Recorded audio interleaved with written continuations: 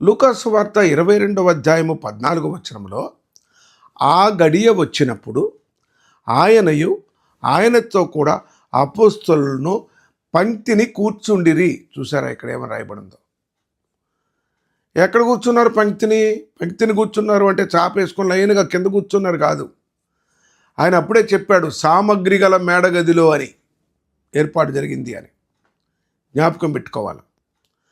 అప్పుడు వాళ్ళతో మాట్లాడుతూ అన్నాడు, నేను శ్రమ పడక మునుపు మీతో కూడా ఈ పస్కాను భుజించవలనని మిక్కిలి ఆశపడి తిని. అసలు పస్కాని రియల్ వేలే పస్కా చేయాలి, ఆనాడు అప్పట్లో యూదులు ఎలా చేసుకుంటున్నారో అలా చేసుకోవాలనుకున్న యేసుక్రీస్తు ప్రభువు ఆ సంగతే చెప్పాల.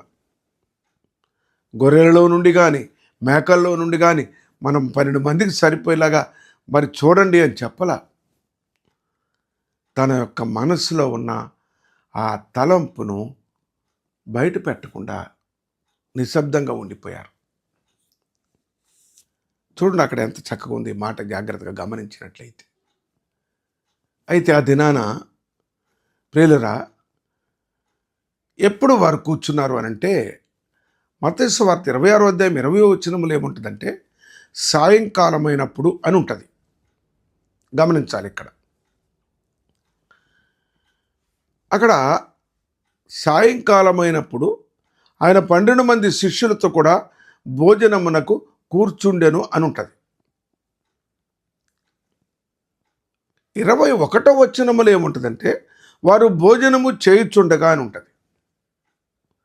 అంటే వారు సంశయంలో ఉన్నారు. ఆయన ఏది సరిగ్గా రివీల్ చేసేదానికి ఆయన కూడా హృదయం ఆందోళనలో ఉన్నాడండి. ఎప్పుడైతే ఈ విందు అయిపోతుందో వారు ఒలీవల తోటకు వెళ్ళారు. అక్కడే ఆయన చెమట రక్త బిందువులు ఉన్నట్లుగా ప్రార్థన చేసినాడు. సాయంకాలం కూర్చున్నారు, చీకటి పడింది. ఒక ముక్క ముంచి వాడికి ఇచ్చాడు, వాడు వెళ్ళిపోయాడు. అది రాత్రి వేళ. భోజనాలు చేయట్లే ఇంకా. గమనించండి, వారు భోజనాలు ఇంకా చేయట్లే, కూర్చుని ఉన్నారు. ఆ సమయాన్ని మనము జ్ఞాపకం చేసుకుంటే అప్పుడే ఆయన బయట పెట్టాడు, మీలో ఒకడు అప్పగిస్తాడు. ఎవరు తింటారండి చెప్పండి? ఏంటి ప్రభు ఇంత మాట అన్నారు? ప్రభు నేను అప్పగిస్తానా? ఒకరినొకరు మదన పడతా ఉన్నారు.